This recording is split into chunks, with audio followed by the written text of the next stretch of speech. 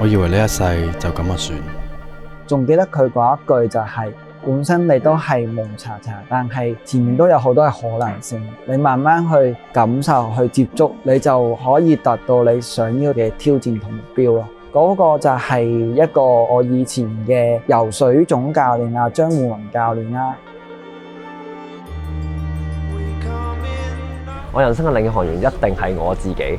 我會同佢講，我會多謝你每一個選擇，成就咗每一個時刻嘅我。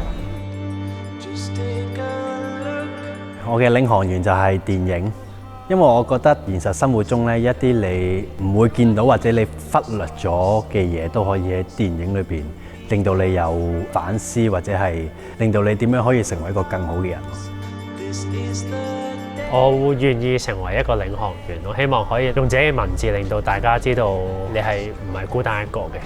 我願意成為其他人嘅領航員，咁我都想去幫翻有需要嘅人士，由我哋嘅一啲經歷啊、分享啊，令到佢哋去堅持咯。因為好多嘢你唔堅持，你就唔知道之後嘅結果去咗邊度啦。我開始觀察多咗我身邊嘅嘢，同埋去感受多咗，好多嘢都唔係咁簡單，同埋我哋有嘅時候要好好珍惜咯。唔會，至少仲有我喺你隔離。